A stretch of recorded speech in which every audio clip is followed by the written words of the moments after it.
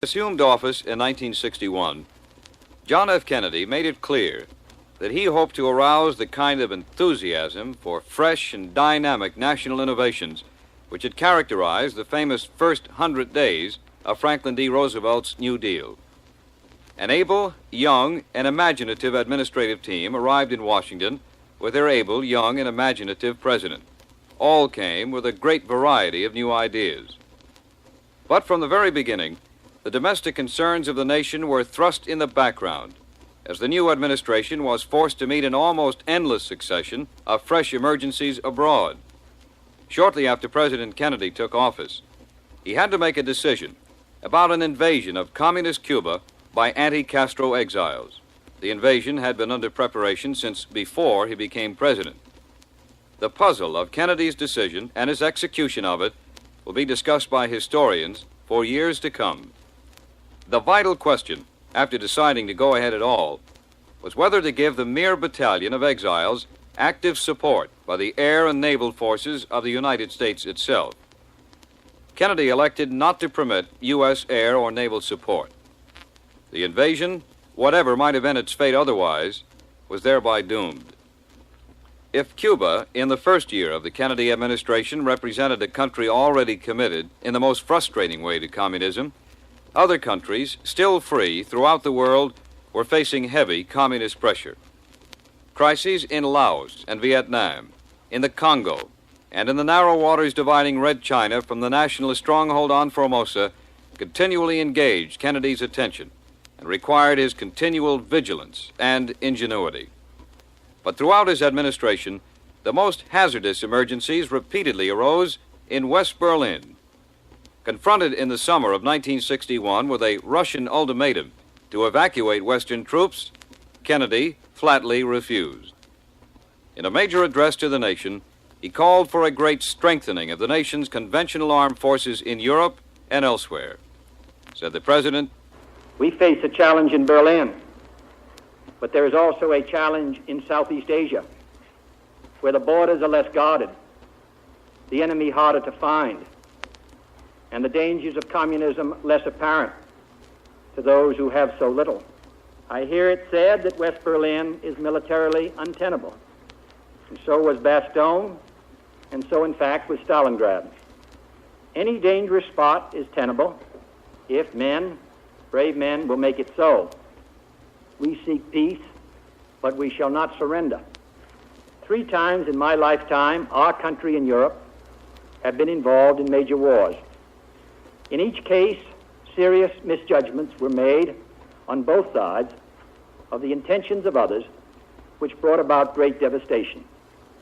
Now, in the thermonuclear age, any misjudgment on either side about the intentions of the other could rain more devastation in several hours than has been wrought in all the wars of human history. I know that sometimes we get impatient. We wish for some immediate action that would end our perils. But I must tell you that there is no quick and easy solution. The communists control over 1 billion people, and they recognize that if we should falter, their success would be imminent. We must look to long days ahead, which, if we are courageous and persevering, can bring us what we all desire. In meeting my responsibilities in these coming months as president, I need your goodwill and your support, and above all, your prayers. Kennedy's firm stand on Berlin in the first year of office ended for the remainder of his administration any major effort by the Soviet Union to force the Western powers out of their sector of Berlin. In 1962, however, the communist regime in East Germany succeeded without any effective U.S. opposition in erecting a wall which sealed off West Berlin from the communist sector and became an international symbol of the closed communist society. Early that year, Kennedy found time to engage in a domestic struggle. Through considerable pressure on the nation's steel union, the president managed to secure a wage settlement with the major steel companies, which involved an unusually small increase in pay. It was part of a program urged by the president to restrain inflation and had been coupled with a long-standing plea by the President to the steel companies to keep their prices stable. The ink was hardly dry on the union contract when the President of U.S. Steel, followed quickly by most other steel executives, announced a major price increase. The following day at a news conference, the President delivered what is generally regarded as the angriest statement he ever made in office. Simultaneous and identical actions of United States Steel and other leading steel corporations increasing steel prices by some $6 a ton constitute a wholly unjustifiable and irresponsible defiance of the public interest. In this serious hour in our nation's history, at a time when restraint and sacrifice are being asked of every citizen, the American people will find it hard, as I do, to accept a situation in which a tiny handful of steel executives, whose pursuit of private power and profit exceeds their sense of public responsibility, can show such utter contempt for the interests of 185 million Americans. Within a week, the steel industry responded by rolling back the announced increases. The President's action led to a long period of tension between the White House and the business community, a tension which gradually eased, but never quite returned to what it had been before the President of the United States and the President of United States Steel had their historic confrontation. The fall of 1962 brought the greatest of all the confrontations of the Kennedy administration. In October, the President received certain proof that the Soviet Union had established bases for nuclear missiles in Cuba. Addressing the nation on this occasion, he announced a naval blockade of the island, forcing ships carrying Russian arms to Cuba to return, and implied strongly that the United States would bomb and, if necessary, invade Cuba unless the missiles were withdrawn.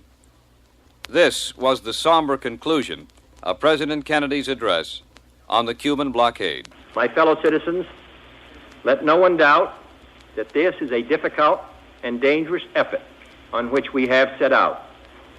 No one can foresee precisely what course it will take, or what costs or casualties will be incurred. Many months of sacrifice and self-discipline lie ahead, months in which both our patience and our will be tested, months in which many threats and denunciations will keep us aware of our dangers.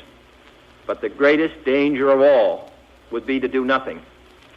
The path we have chosen for the present is full of hazards, as all paths are.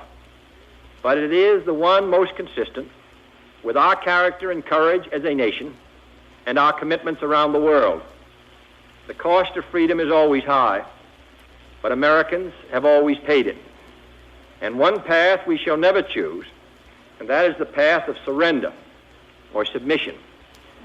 Our goal is not the victory of might, but the vindication of right. Not peace at the expense of freedom, but both peace and freedom here in this hemisphere, and we hope around the world. God willing, that goal will be achieved. After a great deal of confusion in Moscow and of equally obvious resentment in Havana, the Soviet Union finally complied with the major part of President Kennedy's demand. Surprisingly, perhaps, the Soviet-American showdown over Cuba led to a period of relatively relaxed tension in the Cold War, and 1963 was the first year in which domestic events suddenly took priority in the minds of most Americans and President Kennedy, their national leader. In Birmingham, Alabama, Negroes, aroused to an unprecedented peak by a century of racial discrimination, began a series of demonstrations against the local and state governments. The situation quickly reached riot proportions as the governments of Birmingham and Alabama tried to quell these demonstrations with force. The year before, Mr. Kennedy, like President Eisenhower, had acted vigorously in a civil rights crisis by sending first federal marshals and finally federal troops into Oxford, Mississippi, to ensure the admission of a Negro student to the hitherto all-white campus of the University of Mississippi. As the campaign for the civil rights of Negro Americans reached national proportions, the President again used federal troops to force the integration of the University of Alabama. This was the occasion for perhaps his most important speech in office, a speech solemnly committing all the energies of the national government to the eradication of racial barriers in education, housing, jobs, and public places. It was the occasion, too, for the President to propose the strongest civil rights measure considered by Congress in nearly a century. Here in its entirety is that speech by President Kennedy. Following a series of threats and defiant statements, the presence of Alabama National Guardsmen was required on the University of Alabama to carry out the final and unequivocal order of the United States District Court of the Northern District of Alabama. That order called for the admission of two clearly qualified young Alabama residents who happened to have been born Negro. That they were admitted peacefully on the campus is due in good measure to the conduct of the students of the University of Alabama who met their responsibilities in a constructive way. I hope that every American, regardless of where he lives, will stop and examine his conscience about this and other related incidents. This nation was founded by men of many nations and backgrounds. It was founded on the principle that all men are created equal, and that the rights of every man are diminished when the rights of one man are threatened. Today we are committed to a worldwide struggle to promote and protect the rights of all who wish to be free. And when Americans are sent to Vietnam or West Berlin, we do not ask for whites only. It ought to be possible, therefore, for American students of any color to attend any public institution they select without having to be backed up by troops. It ought to be possible for American consumers of any color to receive equal service in places of public accommodation, such as hotels and restaurants and theaters and retail stores, without being forced to resort to demonstrations in the street. And it ought to be possible for American citizens of any color to register and to vote in a free election without interference or fear of reprisal.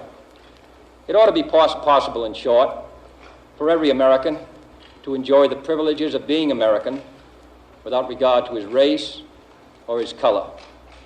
In short, every American ought to have the right to be treated as he would wish to be treated, as one would wish his children to be treated. But this is not the case.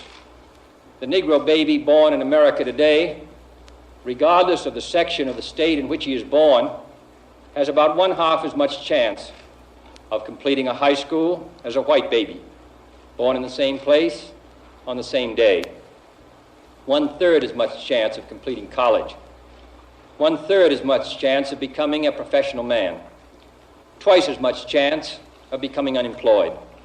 About 1/7 as much chance of earning $10,000 a year. A life expectancy which is 7 years shorter, and the prospects of earning only half as much. This is not a sectional issue. Difficulties over segregation and discrimination exist in every city, in every state of the Union, producing in many cities a rising tide of discontent that threatens the public safety. Nor is this a partisan issue. In a time of domestic crisis, men of goodwill and generosity should be able to unite regardless of party or politics. This is not even a legal or legislative issue alone. It is better to settle these matters in the courts than on the streets, and new laws are needed at every level. But law alone cannot make men see right. We are confronted primarily with a moral issue. It is as old as the Scriptures and is as clear as the American Constitution. The heart of the question is whether all Americans are to be afforded equal rights and equal opportunities, whether we are going to treat our fellow Americans as we want to be treated. If an American, because his skin is dark, cannot eat lunch in a restaurant open to the public, if he cannot send his children to the best public school available, if he cannot vote for the public officials who represent him, if, in short, he cannot enjoy the full and free life which all of us want, then who among us would be content to have the color of his skin changed and stand in his place? Who among us would then be content with the counsels of patience and delay? 100 years of delay have passed since President Lincoln freed the slaves, yet their heirs, their grandsons, are not fully free. They are not yet freed from the bonds of injustice. They are not yet freed from social and economic oppression. And this nation, for all its hopes and all its boasts, will not be fully free until all its citizens are free. We preach freedom around the world, and we mean it. And we cherish our freedom here at home. But are we to say to the world, and much more importantly, to each other, that this is a land of the free, except for the Negroes, that we have no second-class citizens, except Negroes, that we have no class or caste system, no ghettos, no master race, except with respect to Negroes? Now the time has come for this nation to fulfill its promise. The events in Birmingham and elsewhere have so increased the cries for equality that no city or state or legislative body can prudently choose to ignore them. The fires of frustration and discord are burning in every city, north and south. Where legal remedies are not at hand, redress is sought in the streets, in demonstrations, parades, and protests, which create tensions and threaten violence and threaten lives. We face, therefore, a moral crisis as a country and a people. It cannot be met by repressive police action. It cannot be left to increase demonstrations in the streets. It cannot be quieted by token moves or talk. It is a time to act in the Congress, in your state and local legislative body, and above all, in all of our daily lives. It is not enough to pin the blame on others, to say this is a problem of one section of the country or another, or deplore the facts that we face. A great change is at hand, and our task, our obligation, is to make that revolution, that change, peaceful and constructive for all. Those who do nothing are inviting shame as well as violence. Those who act boldly are recognizing right as well as reality. Next week, I shall ask the Congress of the United States to act, to make a commitment it has not fully made in this century to the proposition that race has no place in American life or law. The federal judiciary has upheld that proposition in a series of forthright cases.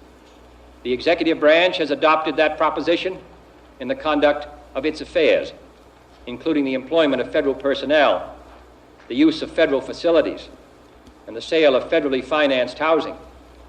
But there are other necessary measures which only the Congress can provide, and they must be provided at this session. The old code of equity law under which we live commands for every wrong a remedy. But in too many communities, in too many parts of the country, wrongs are inflicted on Negro citizens, and there are no remedies at law. Unless the Congress acts, their only remedy is the street. I am therefore asking the Congress to enact legislation giving all Americans the right to be served in facilities which are open to the public: hotels, restaurants, theaters, retail stores, and similar establishments. This seems to me to be an elementary right. Its denial is an arbitrary indignity that no American in 1963 should have to endure, but many do. I have recently met with scores of business leaders, urging them to take voluntary action to end this discrimination. And I've been encouraged by their response. And in the last 2 weeks, over 75 cities have seen progress made in desegregating these kinds of facilities. But many are unwilling to act alone. And for this reason, nationwide legislation is needed if we are to move this problem from the streets to the courts. I'm also asking Congress to authorize the federal government to participate more fully in lawsuits designed to end segregation in public education. We have succeeded in persuading many districts to desegregate voluntarily. Dozens have admitted Negroes without violence.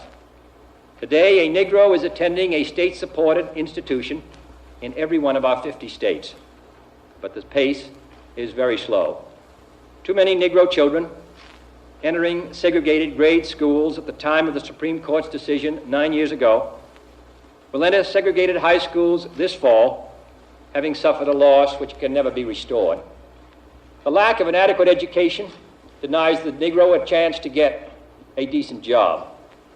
The orderly implementation of the Supreme Court decision, therefore, cannot be left solely to those who may not have the economic resources to carry the legal action, or who may be subject to harassment. Other features will be also requested, including greater protection for the right to vote. But legislation, I repeat, cannot solve this problem alone.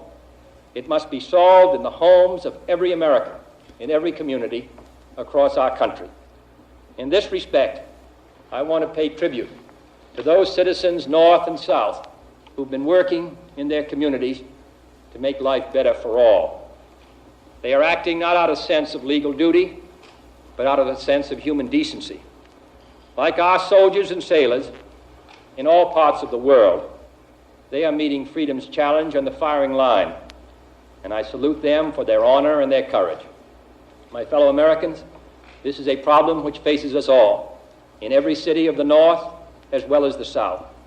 Today, there are Negroes unemployed 2 or 3 times as many compared to whites, inadequate education, moving into the large cities, unable to find work, young people particularly out of work, without hope, denied equal rights, denied the opportunity to eat at a restaurant or a lunch counter or go to a movie theater, denied the right to a decent education, denied almost today the right to attend a state university even though qualified. It seems to me that these are matters which concern us all, not merely presidents or congressmen or governors, but every citizen of the United States. This is one country. It has become one country because all of us and all the people who came here had an equal chance to develop their talents. We cannot say to 10% of the population that you can't have that right, that your children can't have the chance to develop whatever talents they have, that the only way that they're going to get their rights is to go in the street and demonstrate. I think we owe them and we owe ourselves a better country than that. Therefore, I'm asking for your help in making it easier for us to move ahead and to provide the kind of equality of treatment which we would want ourselves, to give a chance for every child to be educated to the limit of his talents. As I've said before, not every child has an equal talent or an equal ability or equal motivation, but they should have the equal right to develop their talent and their ability and their motivation to make something of themselves.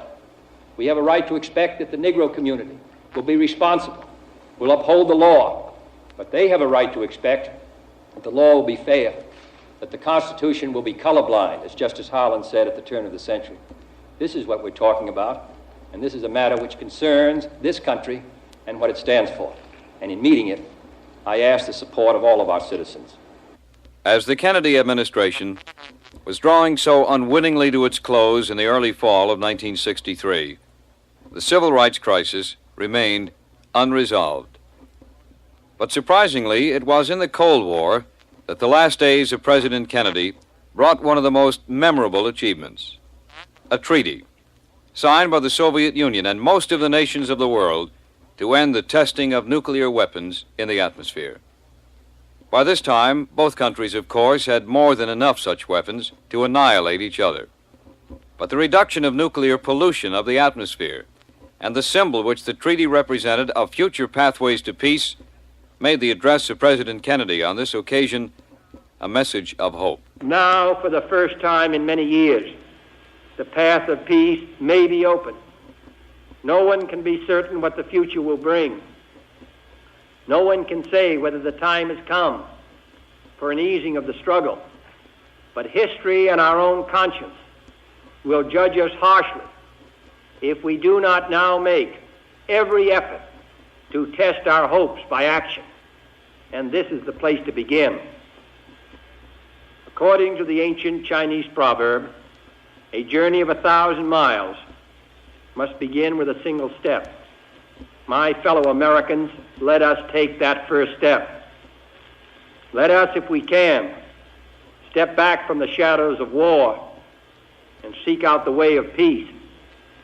And if that journey is 1,000 miles or even more, let history record that we, in this land, at this time, took the first step. Let us take the first step.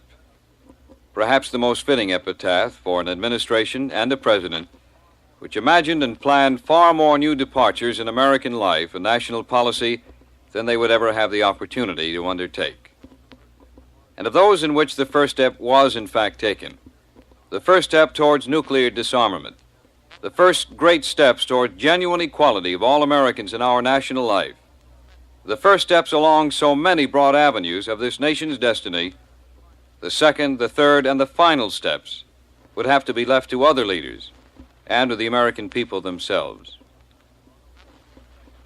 For on November 22nd, 1963, John F. Kennedy was shot to death in Dallas, Texas, by an assassin whose motives may forever remain uncertain.